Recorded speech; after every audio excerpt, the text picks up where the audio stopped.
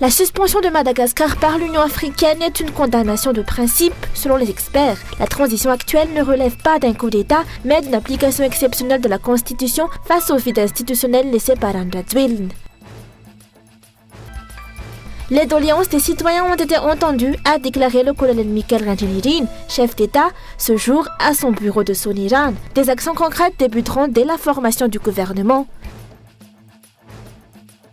Dans l'actualité internationale, en France, le Premier ministre Sébastien Lecornu a échappé jeudi 16 octobre à 2 motions de censure du Rassemblement national et de la France insoumise à la faveur du soutien temporaire du Parti socialiste après son recul sur la réforme des retraites.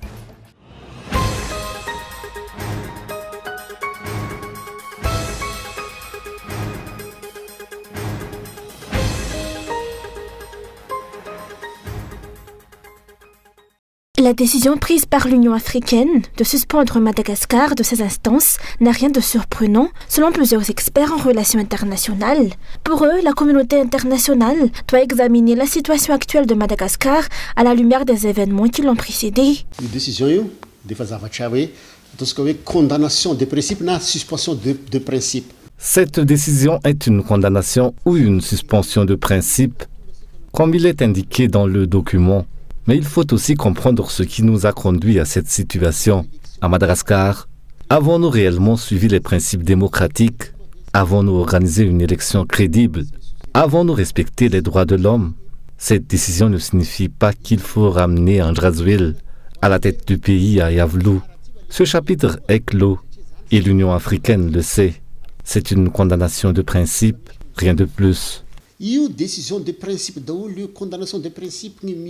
Concernant la situation actuelle, il souligne qu'il ne s'agit pas d'un coup d'État, mais d'une succession d'étapes constitutionnelles prévues par la loi fondamentale. Regardez notre constitution. Le président de la République dirige le pays. En cas de vacance du pouvoir, c'est le président du Sénat qui assure l'intérim. Si celui-ci est empêché, c'est le gouvernement qui exerce le pouvoir collégialement. Or, Andradzuil n'est plus en fonction. La HCC a constaté cette vacance et a cherché un remplacement. Mais le président du Sénat ayant été empêché par son propre bureau permanent, l'intérim n'a pas pu s'appliquer. Le gouvernement, quant à lui, n'étant pas encore formé, nous nous sommes retrouvés dans un vide constitutionnel. C'est dans ce contexte que la HCC a décidé de confier provisoirement la gestion du pays aux forces armées. Ni constaté ni alanga Andradzuil de nommer comme miaramila. Malgré la condamnation prononcée par l'Union africaine et celle qui pourrait suivre, les affaires nationales se poursuivent. Les dirigeants du pays sont appelés à faire preuve de fermeté et de responsabilité dans la reconstruction de l'état de droit. L'une des plus graves violations de la Constitution reste la question de la nationalité d'Andradzuil. Malgré les controverses et les preuves soulevées, il a persisté à se présenter aux élections et à diriger le pays. Ce manquement, estiment certains observateurs, restera gravé dans la mémoire collective des Malgaches. D'échéance de nationalité ni Andradzuil. Si l'État et le tribunal décident de prononcer une déchéance de nationalité à l'encontre d'Andradzuil, il perdra sa nationalité malgache. Et si, du côté français, les autorités décident également de la lui retirer, il pourrait se retrouver apatride. Ce serait une première dans l'histoire de Madagascar, un ancien chef d'État devenu apatride.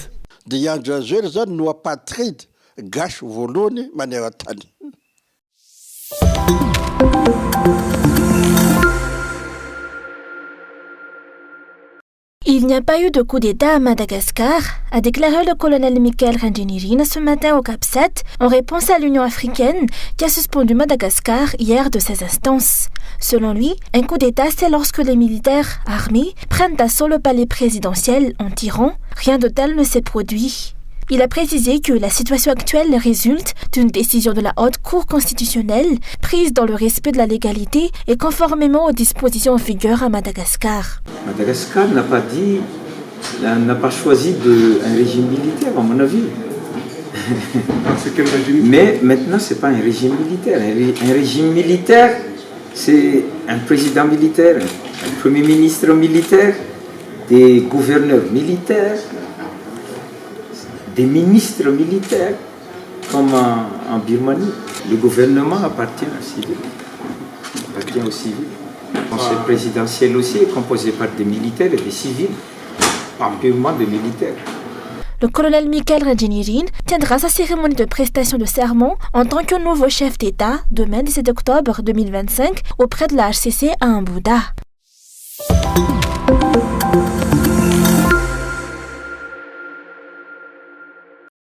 Toutes les doléances ont été entendues, a déclaré le colonel Mikhail Radjinirin, chef d'État, après avoir reçu et échangé avec de nombreux citoyens ce jour à son bureau de Souniran.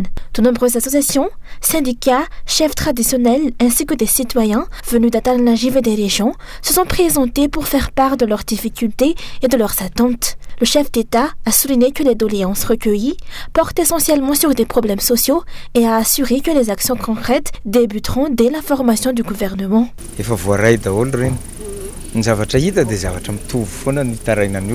Toutes les doléances ont été prises en compte. La plupart concernent des problèmes sociaux. Dès que le gouvernement sera en place, nous commencerons à répondre aux attentes des citoyens et des jeunes. Nous avons toujours été prêts.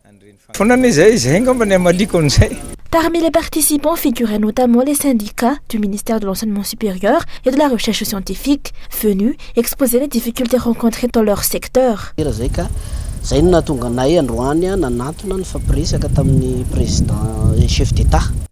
Nous avons transmis au chef de l'État l'ensemble de nos préoccupations. Nous espérons qu'elles seront prises en compte. C'est un dirigeant à l'écoute, jeune, énergique, et sans antécédent de conflit avec notre ministère, un atout important pour la transformation que nous attendons.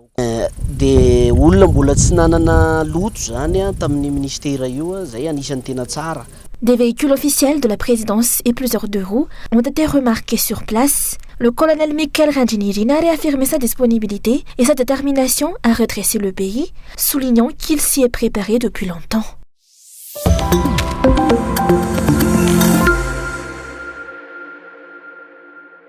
Le régime d'Anjadouel a été marqué par de nombreuses violations des choix populaires à travers des arrestations arbitraires et des répressions à caractère politique des élus. Plusieurs élus du peuple en ont été victimes, à l'image de Jean-Luc Tauftsar, maire d'Antiranan, incarcéré pour des raisons politiques. Aujourd'hui, la page de ces abus de pouvoir semble tourner. Le maire a retrouvé la liberté et, selon les informations reçues, s'apprête à rencontrer prochainement la population d'Antiranan. Parmi les figures également libérées figure le député Sylvestre Mahavetara, élu de district de Vangaijan. Accusé à tort de détournement de fonds lié à la gestion du Covid-19, il avait été incarcéré à la prison d'Atanmouj en avril 2024, en pleine période électorale. Malgré son emprisonnement, il avait été élu député par la volonté populaire. Assez d'arrestations arbitraires. Il faut que cela cesse, quel que soit le régime. Trop de familles ont été détruites à cause de la répression politique. J'en ai été témoin, des innocents emprisonnés, des dossiers montés de toutes pièces. Mon message à la nouvelle administration est clair, libérez ceux qui sont encore détenus injustement.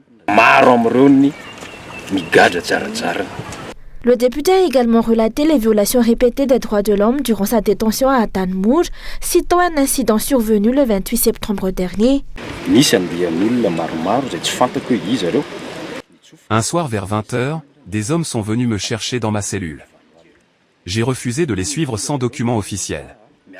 Ils ont insisté, m'ont menotté et emmené de force, sans qu'aucun responsable ne soit présent. Ce n'est que 3 jours plus tard que j'ai su qu'on m'avait transféré à la prison d'Avaradjan. Libéré le 14 octobre, Sylvestre Mahavetara a immédiatement repris ses fonctions parlementaires en participant à la réunion tenue à Timazaz où s'est déroulée la passation de pouvoir entre le nouveau président de l'Assemblée nationale, Siten Radjanasurniek, et Justin Toukeli.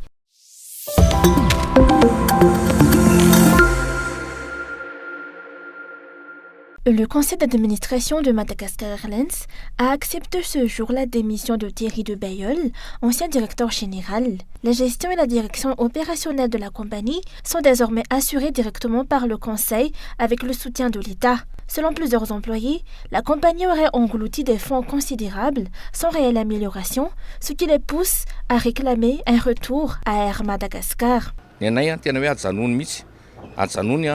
Le Madagascar Airlines rehefa tsy tafavoaka. S'ils n'arrivent pas à redresser la situation, il faut arrêter Madagascar Airlines. On devrait stopper les initiatives inefficaces que le régime précédent a mises en place. Depuis sa création, Madagascar Airlines utilise le certificat de transporteur aérien et la licence d'exploitation d'Air Madagascar. Revenir à Air Madagascar, c'est simplement réutiliser ces mêmes licences. Alohandray aloha ny Air Madagascar mba hampiasa an'le licence d'exploitation lasa ny Madagascar Airlines sy ny ino moa izy ny CTA. Les employés dénoncent aussi de nombreux blocages internes, freinant le fonctionnement de la compagnie. Selon eux, la transformation structurelle d'Air Madagascar vers Madagascar Airlines n'a jamais été achevée depuis 2021, créant une confusion persistante. Raha tany amin'ny 2021 zany tsika zao fa taona 2025. De 2021 à 2025, le transfert définitif vers Madagascar Airlines n'a jamais été effectué. Nous demandons le respect des clauses de cette transformation, mais les syndicats et la direction se renvoient la responsabilité, notamment sur les salaires. Si vous n'y arrivez pas, arrêtez. Les mpiasa zany tena lasa victime be am'zao situation zao. Io zay hoe rehefa tsy vitanareo izy dia averina. Les acteurs du secteur aérien appellent enfin à la nomination d'experts et de gestionnaires intègres pour éviter un retour à la mauvaise gouvernance du passé, marqué selon eux par le trafic d'or, l'affaire du Boeing 777 et les récents incidents d'avions en infraction dans l'espace aérien malgache.